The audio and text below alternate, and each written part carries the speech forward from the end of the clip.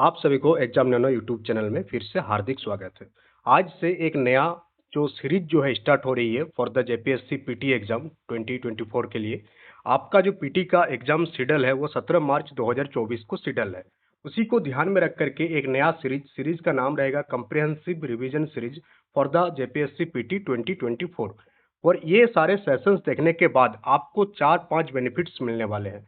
सबसे पहला बेनिफिट ये कि आयोग की ओर से किस प्रकार से क्वेश्चन पूछा जाता है इसका अंदाजा आपको लग जाएगी। दूसरा बेनिफिट ये कि डिफरेंट डिफरेंट कमीशन की ओर से जो भी स्टेट पीसीएस हो गया, यूपीएससी हो गया, इन सारे एग्जाम्स में जो रिपीटेड क्वेश्चन होते हैं, जो बार बार हर आयोग की द्वारा पूछा जाता है, वो सारे क्वेश्चन आपको एक जगह मिल जाएगी। तो ये सेशन आपके लिए बहुत ही ज़्यादा बेनिफिशियल होगा। सेशन को कंप्लीट देखिएगा और डेली जो सेशन अपलोड होगी, ये सेशन ज़्यादा से ज़्यादा 30 मिनट का सेशन होगा, उससे ज़्यादा नहीं होगा। 30 मिनट में आपको बहुत सारी इंफॉर्मेशन देने के प्रयास किया जाएगा जो आपका एग्जामिनेशन पॉइंट ऑफ व्यू होगा और एग्जाम में आपको इसका बेनिफिट देखने को मिलेगा। तो चलिए सेशन की शुरुआत करते हैं। आज हम लोग एमसीक्यू क्वेश्चंस देखेंगे। लगभग 15 एमसीक्यू क्वेश्चंस आज के सेशन में रखा गया है। पहला सेशन है, इसलिए आज क्वेश्चन की नंबर ऑफ क्वेश्चन कम रहेगी, बट जैसे जैसे आगे बढ़ेगी नंबर ऑफ सेशन बढ़ती जाएगी और नंबर ऑफ क्वेश्चन भी बढ़ते जाएगी। और इसके साथ साथ चैनल में जो भी नए हैं चैनल को सब्सक्राइब कर लीजिएगा, वीडियो को लाइक कीजिएगा, सो दैट डेली बेसिस पर मोटिवेशन मिलते रहे वीडियो बनाने को लेकर के। तो चलिए हम लोग आज की सेशन का पहला क्वेश्चन की शुरुआत करते हैं। और ये जितने भी क्वेश्चन है ये आपका जेपीएससी के एग्जाम के लिए बहुत ही ज़्यादा मोस्ट इंपॉर्टेंट है। और साथ ही साथ अगर कोई और दूसरा आयोग का भी आप तैयारी करते हैं तो वहाँ पर भी आपको ये सारे क्वेश्चन देखने को मिलेगा और आपको जो है इससे बेनिफिट मिलते रहेगी।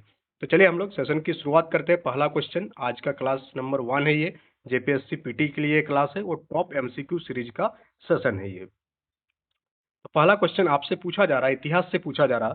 क्वेश्चन जो रखा गया है वो मिक्स रखा गया है सो दैट आप बोरिंग फील ना करें और आपको सारा जो है एक ओवरऑल रिवीजन होते रहे। पहला क्वेश्चन आपसे पूछा जा रहा है, गुलाम बख्श का प्रथम शासक कौन था? तो गुलाम बख्श का प्रथम शासक के बारे में आपका जानकारी होनी चाहिए। तो आपको ये पता चल रही है कि दिल्ली सल्तनत से क्वेश्चन हर एग्जाम में पूछा जाता है। तो कौन सा टॉपिक आपको तैयार कर लेना है? दिल्ली सल्तनत से रिलेटेड जितने भी किंग्स हुए, जितने भी राजा हुए, उन सारे राजा का टाइमलाइन ये आपका कॉपी में नोट होनी चाहिए शॉर्ट नोट्स के तौर पर कि गुलाम वंश की स्थापना कब हुई, किसने किया, किस साल में किया, इससे पहले कौन सा वंश था। ये सारे चीजें आपका माइक्रो पॉइंट के तौर पर होनी चाहिए। तो गुलाम वंश का प्रथम शासक का नाम क्या है? गुलाम वंश का प्रथम शासक का नाम है कुतुबुद्दीन ऐबक। और गुलाम वंश की स्थापना कब हुई? तो 1206 ईस्वी में। ये डेट भी कभी कभी पूछ दिया जाता है वनडे एग्जाम में और स्टेट पीसीएस में खास करके कि गुलाम वंश की प्रथम शासक कौन थे? कुतुबुद्दीन ऐबक थे। कब स्थापना हुई गुलाम वंश का? तो 1206 एडी में गुलाम वंश की स्थापना हुई। और ये बीपीएससी में 2 बार पूछा जा चुका है, 3 बार टोटल इस क्वेश्चन को पूछा जा चुके हैं। तो क्वेश्चन की गंभीरता को आप देखेंगे, क्वेश्चन की लेंथ को आप देखेंगे, क्वेश्चन की गहराई को आप देखेंगे, तो आप कोई भी स्टेट पीसीएस में ज्यादा से ज्यादा मार्क्स गेन कर सकते हैं। नेक्स्ट क्वेश्चन की ओर आगे बढ़ेंगे हम लोग। नेक्स्ट क्वेश्चन आपसे पूछा जा रहा है कि कुतुबुद्दीन ऐबक की राजधानी कहाँ पर थी? तो कुतुबुद्दीन ऐबक की राजधानी की अगर हम लोग बात करें तो कुतुबुद्दीन ऐबक की राजधानी थी लाहौर। कहाँ? लाहौर से ही ये अपना कंप्लीट प्रशासन को चलाते थे। दिल्ली सल्तनत तो थी बट ये लाहौर से अपना राजकाज चलाते थे, इसलिए इसका सही उत्तर ऑप्शन नंबर ए हो जाएगा। नेक्स्ट क्वेश्चन की ओर आगे बढ़ेंगे हम लोग। नेक्स्ट क्वेश्चन आपसे पूछा जा रहा है कि नालंदा बिहार का विध्वंस किसने किया था? हम लोग सभी जानते हैं कि प्राचीन काल में जो नालंदा है या मध्यकाल में जो नालंदा विश्वविद्यालय है, ये एक प्रोमाइनेंट और इमिनेंट इंस्टीट्यूट था ऑल ओवर इंडिया के लिए और विदेशों से भी यहाँ पर पढ़ने आते थे। बट जब नालंदा विश्वविद्यालय को ध्वस्त कर दिया गया तो एक प्रकार से देखा जाए तो भारतवर्ष में जो ज्ञान का एक परंपरा थी, ज्ञान की एक इंस्टीट्यूट थी, उस इंस्टीट्यूट को ध्वंस करने से भारतवर्ष को बहुत ज्यादा हानि हुई। यहाँ पूछा जा रहा है आपसे कि किसने इसको विध्वंस किया था? तो कुतुबुद्दीन ऐबक, अलाउद्दीन खिलजी, मोहम्मद बिन तुगलक या बख्तियार खिलजी। तो ये दुर्भाग्य है भारत की कि आज भी आप जाएंगे नालंदा पटना से थोड़ा आगे तो आपको एक स्टेशन देखने को मिलेगा जिसका नाम है बख्तियारपुर। और इसी बख्तियारपुर के आसपास आपका नालंदा सिचुएटेड था और नालंदा का विध्वंस आज भी सिचुएटेड है। और यही बख्तियार खिलजी के द्वारा नालंदा बिहार को क्या किया गया था? नष्ट किया गया था। पूरा लाइब्रेरी को जला दिया गया था और जो भी चीजें थी उसको खत्म कर दिया गया था। बट भारतवर्ष की ये खामी है कि आज भी उसी के नाम पर वो शहर बसा हुआ है, बख्तियारपुर के नाम से। तो किसने किया था? बख्तियार खिलजी इसको ध्वंस किया था और वो शहर आज भी सिचुएटेड है जिसका नाम है बख्तियारपुर। इसका ऑप्शन नंबर ए इसका सही उत्तर हो जाएगा। नेक्स्ट क्वेश्चन की हम लोग बात करेंगे। नेक्स्ट क्वेश्चन आपसे पूछा जा रहा है कि जवाबित जो है, ये जवाबित का संबंध किससे था? राज्य के कानून से, मनसब प्रणाली को नियंत्रण वाले कानून से, या टकसाल से संबंधित कानून, या कृषि संबंधित कर से था। तो जवाबित इस टाइप के जो टर्म है आपका मध्यकालीन में, प्राचीन भारत में, तो इस टाइप के टर्म पूछा जाता है कि जवाबित का संबंध किससे है, अमाजू का संबंध किससे है। जैसा अमाजू एक ऋग्वैदिक काल में अमाजू करके एक टर्म था, जिसको भी पता हो वो अमाजू क्या है उसके बारे में कमेंट बॉक्स में कमेंट करेंगे।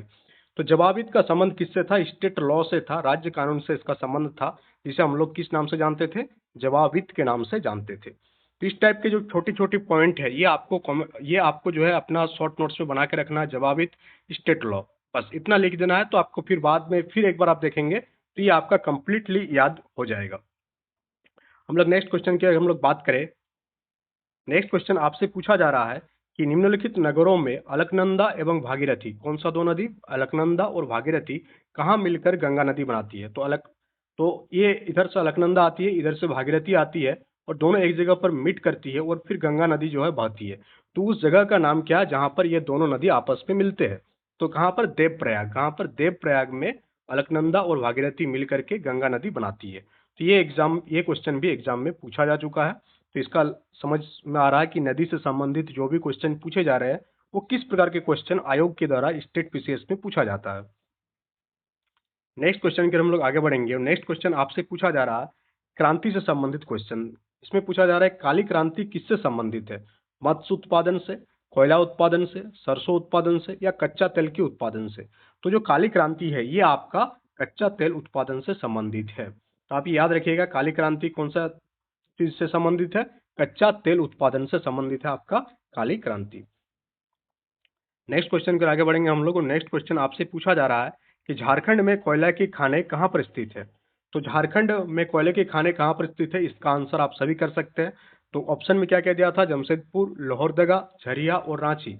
तो झरिया जो है धनबाद एरिया में पड़ती है, और झारखंड में जो कोयला की खाने स्थित है वो कहाँ स्थित है, झरिया।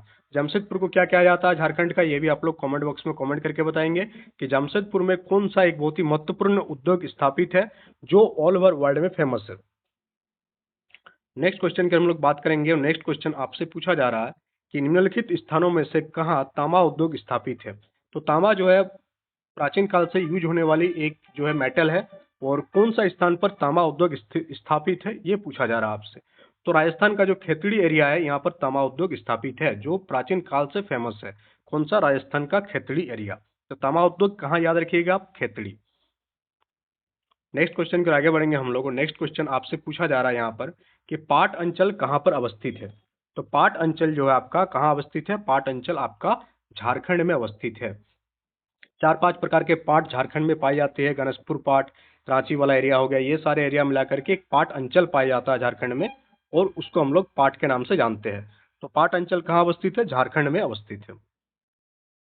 नेक्स्ट क्वेश्चन की ओर आगे बढ़ेंगे हम लोग। नेक्स्ट क्वेश्चन आपसे पूछा जा रहा है कि क्षेत्रफल के अनुसार, किसके अनुसार, एरिया वाइज, क्षेत्रफल के अनुसार निम्नलिखित राज्य का सही अवरही क्रम क्या है।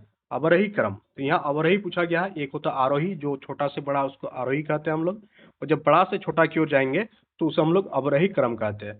तो यहाँ अगर चार स्टेट दिया गया आपसे, आंध्र प्रदेश, मध्य प्रदेश, बिहार एवं उत्तर प्रदेश, आपको एरिया वाइज बताना है। तो एरिया वाइज अगर आप देखेंगे ध्यान से तो सबसे बड़ा स्टेट कौन सा है, तो सबसे बड़ा state area wise Madhya Pradesh है।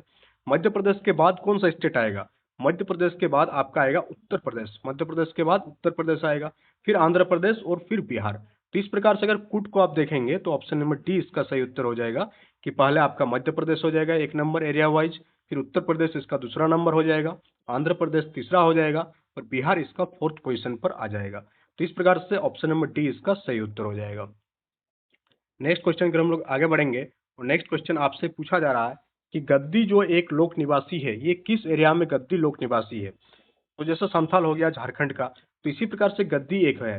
तो गद्दी कहाँ के है, गद्दी हिमाचल प्रदेश का जो है एक ट्राइबल ग्रुप मान सकते हैं हम लोग, या एक लोक निवासी है, कहाँ की, हिमाचल प्रदेश। तो ये आपको याद रहना चाहिए, गद्दी ये स्टेटिक पोर्शन है, बहुत ऑनलाइनर है, हिमाचल प्रदेश गद्दी। इस प्रकार से आपको ये सारी चीजें याद रखनी है। नेक्स्ट क्वेश्चन को आगे बढ़ेंगे हम लोग। नेक्स्ट क्वेश्चन आपसे पूछा जा रहा है यहाँ पर, बोडो निवासी कहाँ की है। तो ये बहुत बार एग्जाम में पूछा जा चुका है कि बोडो निवासी के बारे में, कि बोडो कहाँ की जनजाति है। तो बोडो जो है आपका गारो पहाड़ी की जनजाति, कहाँ का, गारो पहाड़ी का हो गया आपका बोडो। ऑप्शन नंबर ए इसका सही उत्तर हो जाएगा। नेक्स्ट क्वेश्चन आपसे पूछा जा रहा है कि मानस नदी किस नदी की उपनदी है। आज आंसर भी इसमें साथ हो गया, बट कल से आपका आंसर नहीं दिखेगा। मानस नदी किस नदी की उपनदी है? तो मानस नदी जो है आपका ब्रह्मपुत्र नदी का उपनदी है। तो मानस नदी के बारे में आप याद रखिएगा, ये किसका उपनदी है? ब्रह्मपुत्र का उपनदी है। नेक्स्ट क्वेश्चन की ओर आगे बढ़ेंगे हम लोग। नेक्स्ट क्वेश्चन पूछा जा रहा है आपसे कि कौन सी नदी भ्रंश द्रोणी से होकर बहती है। तो आपका जो नर्मदा नदी है ये आपका भ्रंश द्रोणी से होकर के यानी फॉल्ट ट्रफ से होकर बहती है। कौन से दो फॉल्ट के बीच में? ये बिंदु विंध्य और सतपुड़ा रेंज के बीच में आपका नर्मदा नदी आपको देखने को मिलती है। विंध्य और सतपुड़ा रेंज के बीच में आपका नर्मदा नदी, जो कि एक प्रकार से भ्रंश घाटी के निर्माण करती है, वहां देखने को मिलती है। नेक्स्ट क्वेश्चन को आगे बढ़ेंगे हम लोग। नेक्स्ट क्वेश्चन आपसे पूछा जा रहा है कि विकलांगों के लिए ओलंपिक, जैसे ओलंपिक होती है तो विकलांगों के लिए भी एक ओलंपिक होता है, फिजिकली हैंडिकैप्ड के लिए भी एक ओलंपिक का आयोजन आई थिंक 1981 से इसका स्टार्ट हुआ था। तो ये जो है किस नाम से जाना जाता है? तो ये आपका जाना जाता है एबिलिम्पिक्स के रूप में। किसके रूप से जाना जाता है? एबिलिम्पिक्स के रूप में आपका विकलांगों के ओलंपिक को जाना जाता है। तो इस प्रकार से आज के सेशन में लगभग लगभग लगभग हम लोग 15 क्वेश्चन को डिस्कस किए। डेली बेसिस पर आपका सेशन अपलोड होगा। इसके लिए पहला चीज जो आपको करना है, चैनल को सब्सक्राइब करना है। साथ ही साथ चैनल में नए हैं तो सब्सक्राइब करना है चैनल को। दूसरा बात कि आप लोग वीडियो को लाइक कीजिएगा और शेयर कीजिएगा, सो दैट इसका रीच बढ़े। और लाइक करने से ये पता चलेगी कि हाँ, ये सेशन बेनिफिशियल है आपके लिए। और अगर आप लाइक कम होगी तो इससे हमको ये पता चलेगी कि ये सेशन आपके लिए इंपॉर्टेंट नहीं है, आपको इससे बेनिफिट नहीं हो रहा, तो फिर सेशन को कंटिन्यू करने का कोई मतलब नहीं होता है। सेशन कंटिन्यू हो इसके लिए एक ही काम करना है आपको, सेशन को लाइक करना है। तो आज के लिए इतना ही। चलिए कल के सेशन में फिर मिलते हैं।